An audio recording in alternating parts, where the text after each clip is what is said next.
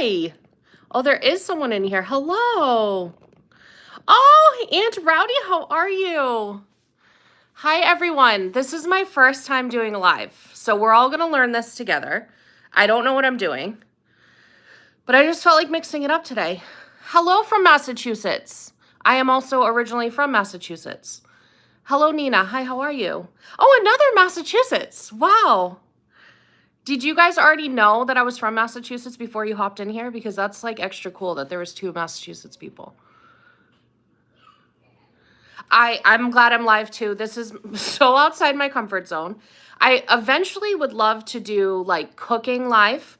If you are new here, I normally do cooking videos on YouTube. But I just felt like that was a lot of pressure to start exploring the live life. So instead, we're just going to do a little chatty chat about books tonight and then also just check in with you guys. Oh, hello from Nashville, from Texas. Oh, Angie, I know you. I've seen you in the comments before. I feel like I know a lot of you guys' names. You're all showing up to say hi. Spice and nice. I really like that. Oh, Colorado. One of my best friends lives in Colorado, and we got to go visit Colorado, and it was such a dream, but we were only there like 2 days, and I have a whole bucket list of things I want to do in Colorado. It was really funny, too, because when we were driving through Colorado, we drove past Vail, and my husband looked at me, and he's like, wow, that town is so cute. Have you ever heard of it before? And I'm like, Vail is like a worldwide destination. Like, pretty much everybody knows what Vail is. Oh, you're so sweet, Aunt Rowdy. Thank you. I'm glad you guys are here for me. So tonight I was thinking we would just help Cait pick out her next book. So I have 5 books that I got, and I actually have a pile of like 30 books that I need to read. But I have recently, I just got a book of the month box in that has 2 books that I don't even remember what I picked out. And then I also have a few other book of the month picks from like months back that I haven't read yet. And so I was just thinking we would all explore the books that I have in my pile, and then you guys would help me pick what I'm going to read. You lived in Jacksonville 10 years ago, and your friend, oh, I think that I remember you commenting, and I want to say that they're somewhere in my area because you had said that they also got a BJ's, but my memory might be really bad. But anyways, St. Paul, Minnesota. Oh, Trish, how are you? Trish, you're one of my favorites. I have a lot of favorites. I'm not going to lie, though, because you guys are the sweetest people ever. But Trish, I love seeing your name here. I'm glad you got to join. I have a mixture of different things, but before we get into the books that I wanted to have you guys help me pick out, I wanted to talk about the book that I just finished. Oh, now I'm showing you it went back. I had myself all set up, but I just finished this book, Vera Wong's Guide to Snooping on a Dead Man. I don't know if I'm allowed to say that word, but I wanted to tell you guys, if you haven't read the first Vera Wong's book, you got to read it. It's a cozy mystery, and it's like an auntie who's in San Fran, and she's like meddling, and something happens at her tea shop, and she doesn't think the police are doing a good job, and she's hilarious. She's like the funniest character of all time. So she came back in book number 2, and I just finished it last night, and it was a treasure. It was just as good as the first one, and I had very high expectations from the first one. But originally what I was going to do was I was going to like sit here, because the cool people on the TikTok, they sit there and they like read while everybody just watches them read. And I was going to do that. I was going to read like a few paragraphs or whatever from each book and then pick. But now I'm just thinking that's not really a way of having you guys help me pick. So what I'm thinking is I'll just show you how pretty it is, and I'll read you a little summary, and then you guys just help me decide what I should read, okay? But let's talk about the contenders. Hi, Melissa. Hi. It says Melissa and the Magic said hi. I'm going to learn how to do this at some point. Okay, look. So the first one that I have here, look how beautiful it is. It's The Dagger and the Flame by Catherine Doyle. And this one says, in Phantom of a Kingdom of Cobbled Streets, flickering lamplight, beautiful buildings, and secret catacombs, shade magic is scarce and deadly commodity controlled by 2 enemy guilds. Is that enough? Maybe that's enough. It says that it's a deadly game of revenge, and the most dangerous mistake of all is falling in love. It was a book of the month pick. I don't know why I picked it, probably because of the cover. Now this one, I'm not going to lie to you guys. I'm kind of hoping you pick this one, because I read another book by this author, Meg Schaefer, The Wishing Game. Have you guys read that book? Because that was one of the most impactful books I've ever read. It was so good. So this one's called The Lost Story. Also a book of the month one that I think I picked like 6 months ago. So this one says, best friends Jeremy Cox and Rafe Howell went missing in a vast West Virginia state forest, only to mysteriously reappear 6 months later with no explanation for where they'd gone or how they'd survive. 15 years after their miraculous homecoming, Rafe is a recluse who still bears scars inside and out, but has no memory of what happened during those months. Okay, this is, I'm not gonna lie, if I could put a vote in for my own book, it might be that one, you know? Now, this one was not a book of the month pick, but it was so beautiful that I had to show you guys. This one, I have like this subscription to Illumicrate Afterlight Romance, and they send the prettiest books, but I never touch them because they're so pretty. Like, that's disturbingly beautiful, you know? I don't even know what it's about because it's one of those like subscriptions that they just send it to you no matter what, whereas book of the month, you can pick what you want. So this one also kind of a contender though. I previewed it. Popular romance author Margot Bradley has a secret. She doesn't believe in happily ever afters. Not for herself, not for her readers, and not even for her characters. When a superfan leaks this into the world, Margot is dropped faster than you can say enemies to lovers. She's sent off to a remote Alaskan cabin on a writing retreat. Now, here's the thing, okay? This is giving winter vibes. And sometimes in July in Florida, you need winter vibes. So I wouldn't be mad if you guys picked that one too. Now, the next thing is I have, thank you. Oh, yeah, that's right. Abby Jimenez is from Minnesota, and she is one of my favorite authors. If you're in this chat and you're looking for a new author to go discover Abby Jimenez. And Emily Henry is also phenomenal. I actually think that an Emily Henry book just came up on my Libby as available, and I need to check it out. I had put it on hold like forever ago. I almost just showed you guys my address, so that's cool. Good job. Rookie mistake. Okay, so book of the month here. Opening for the first time. I had cut it because I wanted to be professional, you know? But we've got 2 books in here, and again, I don't remember what I ordered. Okay, so I apparently got one called How Freaking Romantic by Emily Harding, another Emily. This one is Beatrice is a lot of things. Feisty. Oh, sounds familiar. Combative, but most of all, she's the kind of person who will always fight for those she cares about. So when the marriage of 2 of her friends falls apart, she storms into the office of attorney Nathan to tell him exactly what he can do with his divorce demands. Unfortunately, what should end with a few choice words soon spirals into uncharted territory when Nathan shows up at her law office a few days later as a newly minted adjunct professor and her new colleague. Oh, and enemies to lovers. If you guys don't know by now, I love me an enemies to lovers. And then the last one is These Summer Storms by Sarah McLean. Let's see. Read the first paragraph, please. Okay, I will.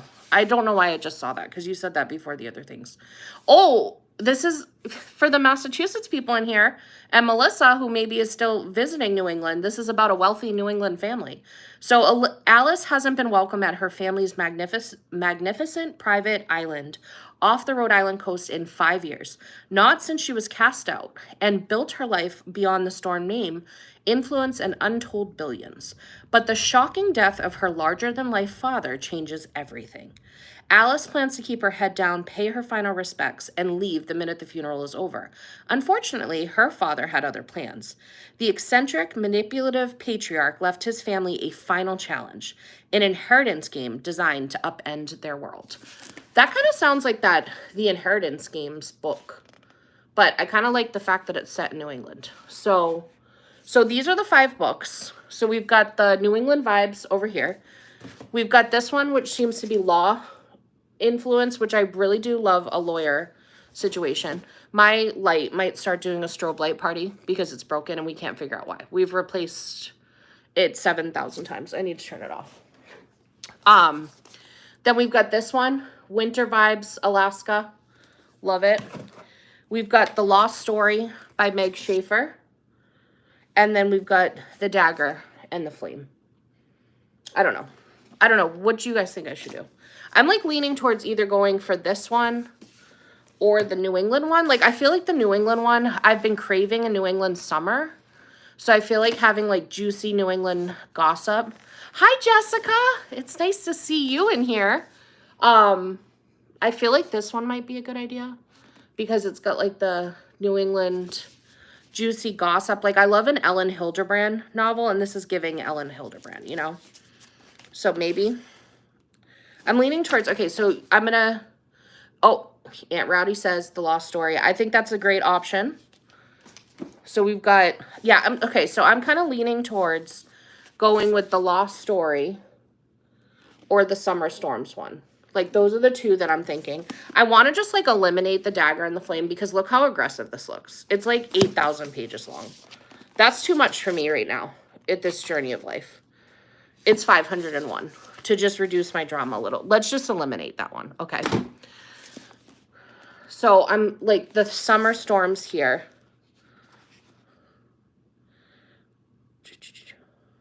I was reading about the author on this one. So, the author is apparently from Rhode Island. And she now lives in New York City. So that's cool to know. Let's learn a little bit about Meg. She lives in Louisville, Kentucky. And 2 cats. The cats are not writers, it says. She wants you to know that. Read the first paragraph of those 2. Okay, I think that's a great idea. Let's do that. Oh, look at how pretty this is from The Lost Story. Look how pretty the little map is. Like, this one did sound interesting because it's like there's some type of mystery involved. Okay, this is a cool start. I don't know. Once upon a time in West Virginia, 2 boys went missing. They'd been missing since May, vanished during an end-of-school trip to the Red Crow State Forest. They were gone long enough that people had stopped referring to them as missing, which implied a temporary state of being, and now simply called them lost. You looked for missing children. You mourned lost ones. I don't know. That sounds pretty interesting, you guys. Yeah, I agree. So, Phoenix, you get me. It's like you have the dry heat that you're dealing with right now, and I've got the humidity here in Jacksonville, Florida. And a winter retreat sounds pretty great right now. Although, I'm not going to lie, like, this year, the weather has been way more mild than it was years previous. I don't know if I'm just getting used to it or if it's truly getting better. But anyways, okay, let's read the first paragraph from this one, These Summer Storms by Sarah McLean. I'm probably saying that last name wrong. And I think it's a Scottish name, and I'm part Scottish, so I should have my life together. Okay, so this one says, there was something about trains. If she marked the minutes of her life, Alice Storm would not be surprised to discover that she'd spent nearly a third of them in transit. The shiny crimson bicycle that had been her 7th birthday present and most prized possession, until her brother had sent it flying into Narragansett Bay, never to be recovered. The white rowboat her father had captained into that same salty sea every Saturday in July for her entire childhood because he insisted on facing nature as God intended. And then it goes through a few other ones. And still, there was something about trains, probably because she'd discovered those herself. All the other ways she traveled through the world had belonged to someone else, were shared with someone else. But trains, they were her secret. I don't know, you guys. I'm kind of leaning towards The Lost Story now because I'm like kind of tripped up. I like the writing, even in the little blurb at the front, which I know the author writes, was confusing me a little bit. And then this little intro is kind of confusing me. So I'm kind of leaning towards The Lost Story. Oh, Susan. Hi, how are you? I love you, Susan. You're one of my favorites, too. I'm kind of leaning towards this one. Jessica, you're validating me. Mama Gigi, you already read this, so tell me. Do you think I should do it? Kathy is here. Kathy, we were just talking about Rhode Island. This book, the author is apparently from Rhode Island, and it's set in New England. Mandy in the Making is here. You guys, we have royalty here. Mandy. Look at, I think you've read this one, right, Mandy? The Lost Story by Meg Schaefer. Had you read this one yet? You gave it 4 stars. Did you read The Wishing? Is it The Wishing Game by Meg Schaefer, Mama Gigi? Did you read that too? Did you think that was a 5-star? Because I thought The Wishing Game was a 5-star. I know, I'm stuck on the New England vibes too. I'm like, and the juicy gossip part and like family drama. I'm like kind of in the mood for that. And then also this one with it, this one with it being about missing kids. That kind of freaks me out a little bit. You know what I'm saying? Can we get a full spoiler after you read it? I never read. Yeah, I could probably do that somehow. I don't know. I'm on the fence. Going by the first paragraph, I think the lost story does sound, yeah, see, that's the thing. This sounds more interesting. I mean, let's be real, you guys. Maybe what I'll do is I'll read this one first because I just finished that like witty banter, cozy mystery vibe. And this seems to be pretty creeps. So it's kind of like a nice switch up. And then right after I read this one, then I can go into the juicy New England vibes. You know what I mean? And then I'm probably going to I have no choice, you guys. I have no choice but then to dive into the winter romance and pretend I'm in the Alaskan wilderness with the moose right here. What do you think his name is? Well, at least I'll be able to report back to you on the lost. Like, a poll would be a great idea, Melissa. How do you do that here? Oh, start a poll. Oh, I can just, look at this. I can just typey. So we're going to say the lost story. Okay. And what was the other one called? These summer storms. These summer storms. Look at me. I'm a professional. Starting a poll. Did that work? Oh, all right. You guys got to do your civil duty now. Civic duty. And vote between those two. I didn't want to read the lost story because of the lost kids, but it wasn't too bad. It wasn't lost because of something awful. That makes me feel better. Because there was this one time when I was literally postpartum with my first son. I think he was like not even a month old. And I read a thriller. And the problem is I always blind jump into books. And I didn't know what the summary is about. And it was about a missing child. And it was very difficult to read. And I don't know why I didn't stop myself. I just kept going. That was a wild time. Okay, so, 13 votes already happening. Does it show me how? Lost Story she's in the lead. I'm muted. Good. Can you guys hear me? Oh, did that work? Hopefully I finished that. Okay, I think I did it. Can you guys hear me okay? Yes, you can. Okay. Yeah, you need to do your jury duty and Cait's poll. Those are top priority. Kathy, your nephews, they've been wild this week, okay? And I know that it's only Tuesday, but they've been wild. They were also wild last week. Currently, the twins are in bed, probably not sleeping. And then Oliver, the oldest, he always gets like a 20 to 30 minute bro time with John or sometimes with both of us. And he usually gets to watch a show. We usually let him have a little screen time. And I know that's like weird because most kids that would like overstimulate them, but that's his like, because he needs a break from the twins sometimes too, because they kind of run the show here. So Oliver gets like a little extra special time.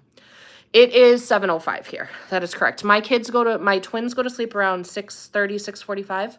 And then my oldest goes to bed like 7:20, 7:30. They're like, I'm telling you one thing, I got blessed with good sleepers.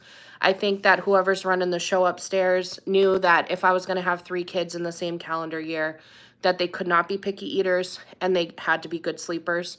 So I'm blessed to say that I don't have picky eaters and I don't have bad sleepers. And they're just full of chaos the rest of the time.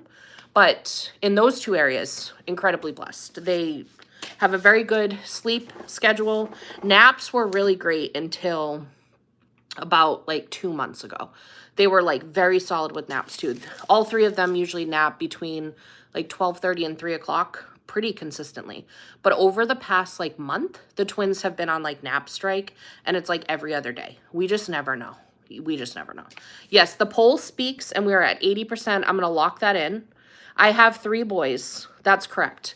So my oldest son, Oliver, was born January 2022. And then his twin brothers showed up in December of 2022 after me thinking I could not have children. So that was a wild year. I actually saw somebody sent me a screenshot of a TikTok, and there was a girl who had a girl in January of 2022 and then twin boys in December of 2022. And the birthdays were almost identical to my kids. So I really don't know how you do it all. You are amazing. Well, thank you so much. That is so kind. But also, I actually don't do it all because I have I tell John that he's a second mom because he's not dad level. John is on mom level. He's a beast. Yeah, we love John, Aunt Rowdy. That is correct. He's one of a kind. They broke the mold with that guy. I'll tell you that right now. So yeah, it would help if we had some family in the area, but other than that, I can't complain because I got the world's greatest partner. So John is great. I agree. He is world class. Oh, Becca is here. Becca, if you have Instagram, can you come find me on Instagram? Everybody come find me on Instagram, first of all. Cait is the Energizer Bunny, and her good sir is awesome. I agree. He is my good sir. And I don't know about the Energizer Bunny. So I've been having such a hard time sleeping, but I did meditation last night for the first time. I've been doing meditation this week for the first time. And I found a sleep meditation thingy, and it knocked me right out. And I slept the best I've ever slept. It was a 10-minute meditation class. And I'm like, so this is why everybody, I've been ignoring all these people thinking they were crazy saying meditation was good for you. And then it turns out it really is. Wild. When are you going to Costco again? Angie, I think we're going this week. And I've been prepping like it's Christmas or something. I have an Excel spreadsheet. I have been going through my receipts.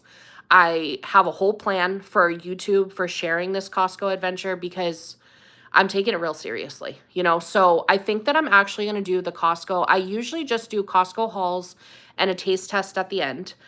But I think this time what I'm going to do is I'm going to split it into 2 videos.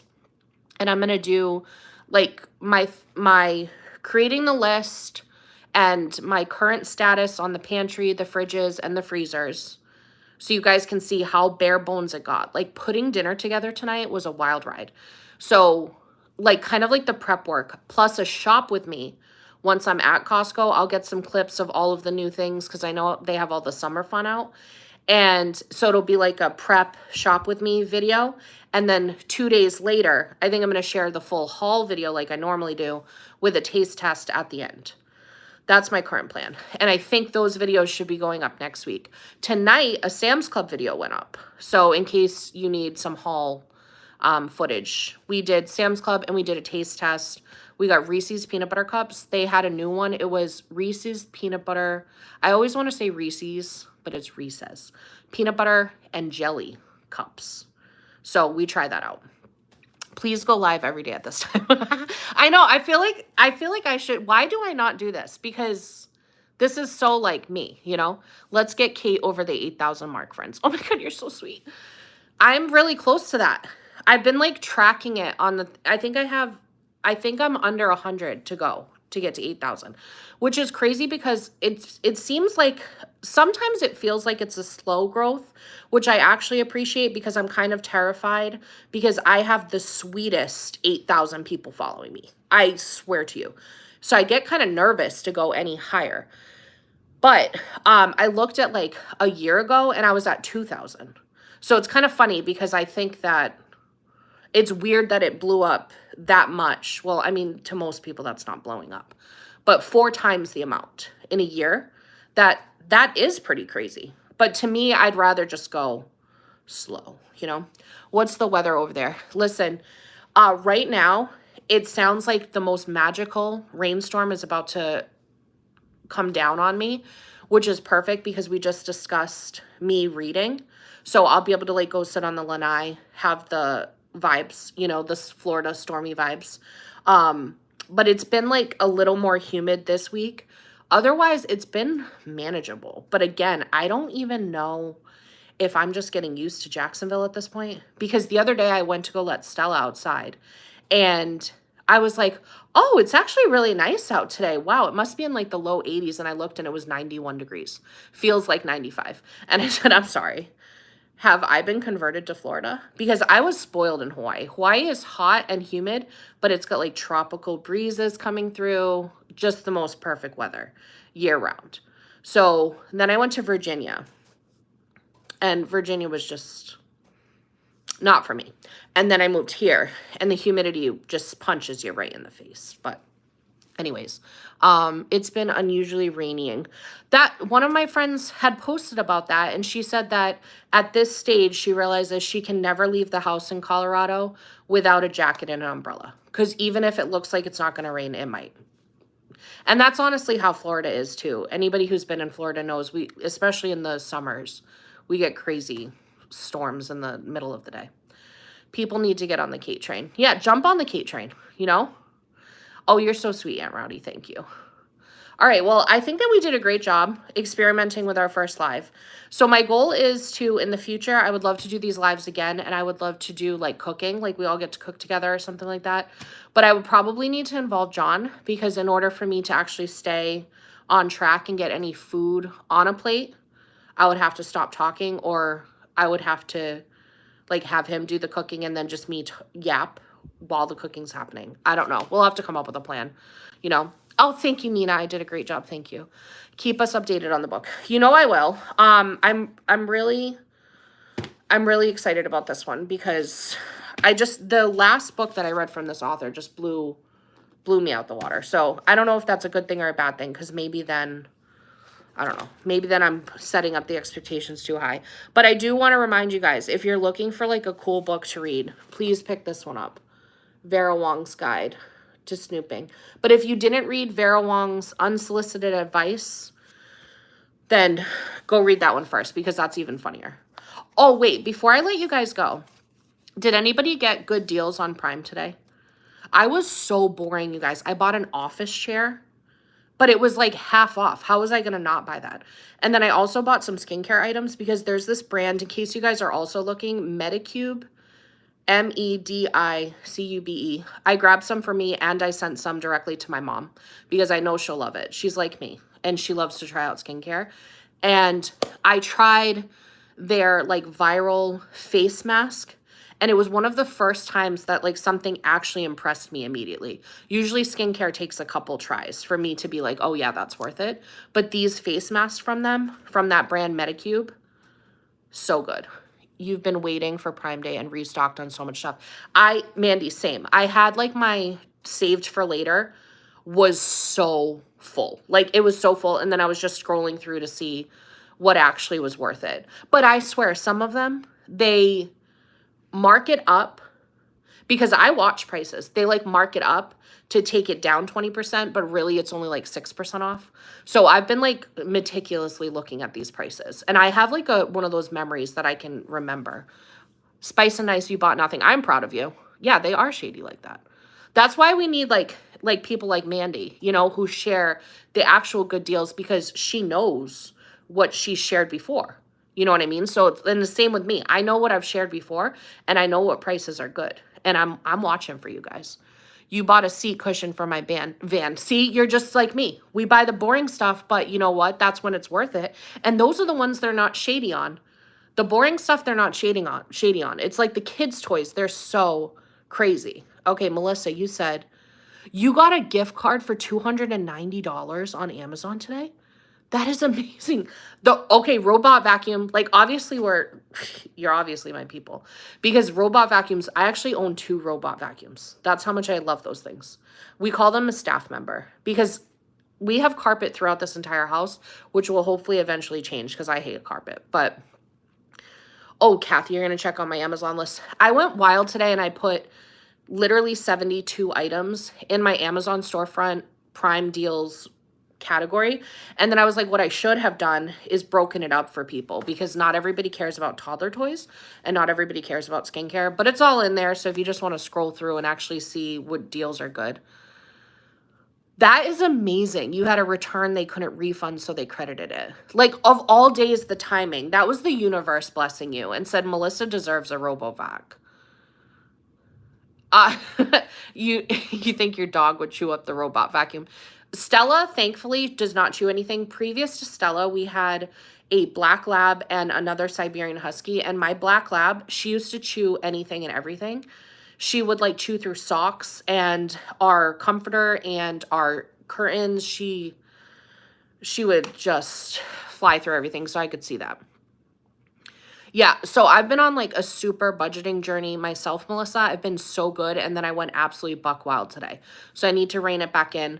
Luckily, I've been doing sinking funds for things like this where I put a little money aside every month, and I have like an Excel spreadsheet for my high yield savings account, and I keep it all in there. And so I actually set up a Costco sinking fund so I could go buck wild this week and not feel guilty. But I set up like I have a Prime one, and I also have a Sephora one because Sephora twice a year does their big sale. So I always put a little money aside every month because otherwise it just sneaks up on me. But today I did go a little outside the level of reason, but that's okay.